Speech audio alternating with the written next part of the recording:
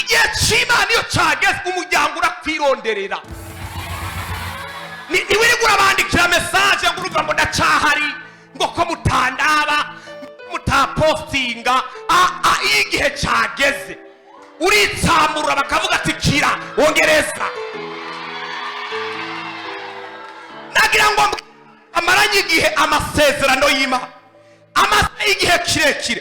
Imana yambwiye ngo iki ni cyo gihe abihanganye abategereje abarindiriye bagere mu gihe cyabo.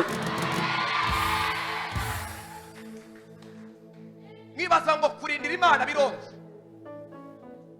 Mwibaza ngo kurindira igihe cy'Imana biroroshye? Imana ushobora no kuja kundana zikaba ati vayo siho nagushize ndindira.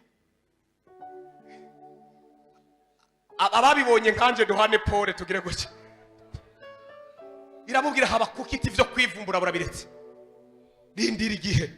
Iramubwira ngo sinzokubesha genda irorere wihangana ntibizobura kuza. Wipakishije kubera iki? Iramubwira niki gitumye wivumbura?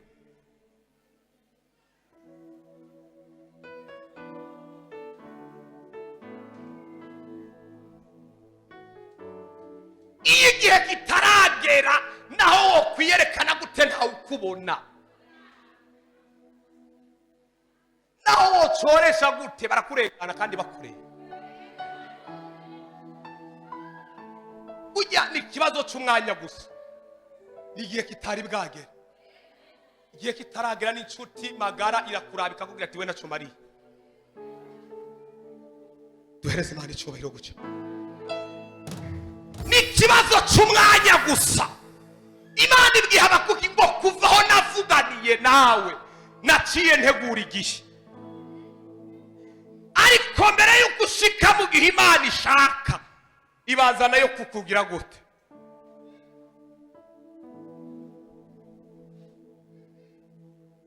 Baza kuguhingura neza. Imana yashobora kwemera usonza kugira ngo uzogaburira abandi benshi. Bavuga butumwa bagenzi ba Imana yashobora kugusonzesha imyaka 2 kugira ngo umukristo niyaza uzomubwire ashonje ubashe kumutahura. Umuntu utahura amasegonda 2 ukavyiga imyaka 2. Allo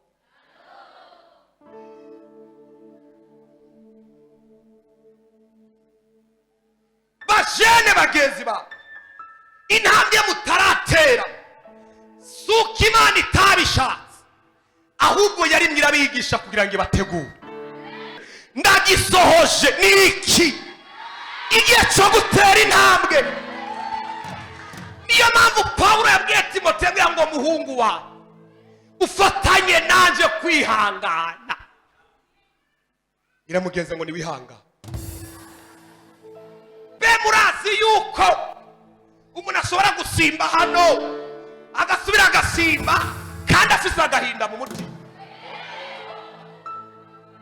Mugabo yagize ngo he mwasohaye ukabaza ati ndabimeze gute? Yo we mawe ndago.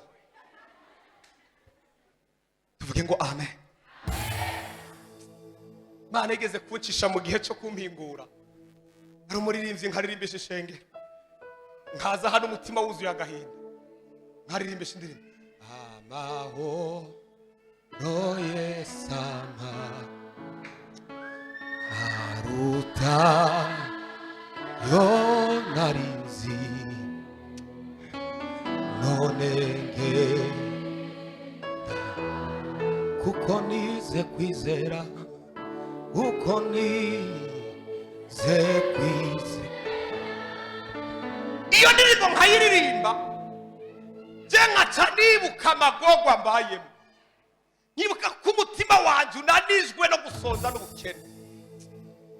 Kandi musoza kandi nkarira nkabwira Yesu taye amahoro ndiko ndabwira abandi jewe ntayongira. Nubwo ndi hano imbere ishenge ku mutima urarusha, reka mbabwire bashumba na bene data bari hano ntimuzobone tuko twaririmba abantu bakarira nibaze ngo beshi ngo n'umwuka wera n'agahinda. Abaro si ukwe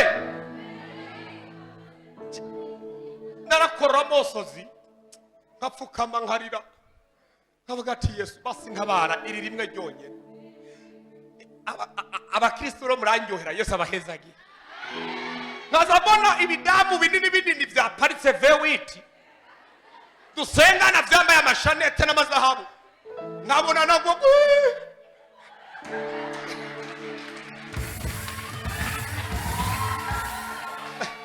mwemurese, nkabona nawararira abaragira gutyo. None ico cyo kirarizwa n'iki?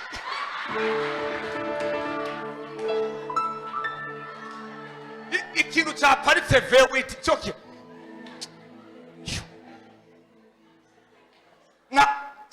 arira kube amagogwa nibutse yiwanje. Rero abapiyaniste Imana bahumugisha, iyo bakoze kuri rya nanga ufise agahinda kaduga wumva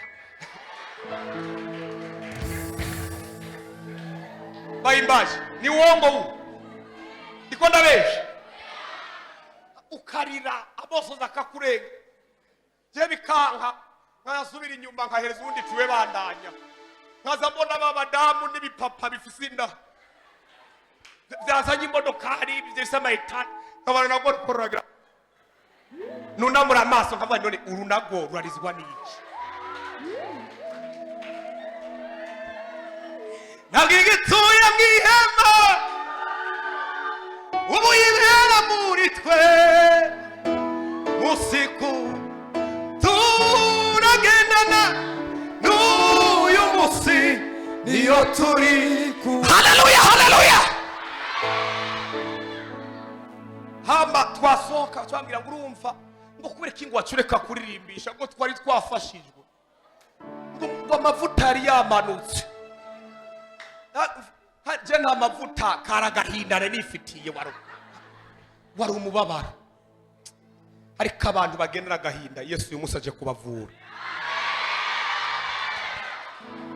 Imana ibwiha abakuki ngo genda wizere, umugore asazobeshwaho n'ukwizera, ibitagaragara azobibonesha amaso. Rorera Imana wihanganye, uyu musi nakoze ejo yokora, iyo itazindutse iragorobe.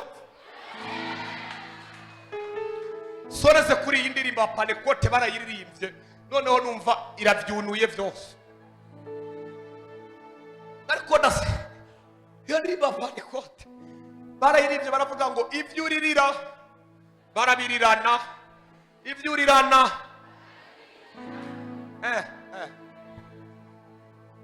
ivyo ndirira barabirirana. Reka mbabwire nta kintu kitwiye kudukura ku rukundo rw'Imana. Ivyo turirira barabirirana. Mu misi heze rigeze kugira isengesho, aca harazu ngira Imana akoresheje uwo muntu aca aranca intege. Ndiko ndasenga ngira Imana ntibasi ko mu Burundi vyaseti inshira muri Amerika basima. Abari senze nkanje tugire guca turara gati basi shira muri Canada basi. Haba kumugoroba zabona umukobwa umwe twasengana kera ari muri Canada, muvuge amena ndakababwira cyo soza. Acara telefona arambwira ati no ati rero umva ndiko ndarondera ibyangombwa tariki icoma bakabimpa ati noca nigarukira mu Burundi. Ati sije nzobona ndagarutse, nanje reko ndabwira Imana ati njanayo. Asambye ati sengera rero ndabe ko bonyarukiriza nigarukira. Ni mwizina rya Yesu ugaruki. None muri abo babiri Imana iza kumvira nde basi jesha. Reka mbabwire uzotangara cyane mu gihe ibikubujije amahoro uyu munsi utararonka, igihe uzobironka ugasanga umutima n'ubundi ntunyuzwe nkuko wavyibaza. Size ko munyumvise. Uzotangara igihe ivyo uri kuraririra ubirose ukumva n'ubundi umubabaro ntushize. Niyo mpamvu uzi ubwenge anambe kuri uyu mwami, anambe kuri uyu mwami. Niwe wenyene atanga amahoro sitazi. Muri Amerika bararira, muri Canada bararira, ariko abadafise Yesu mu mitima yabo, abarindiriye Imana bihangana, abo nibo bamana umunezero udatangwa n'iyi si, udatangwa n'ivyo tubona, ahubwo uva ahantu h'Imana ho mw'ijuru.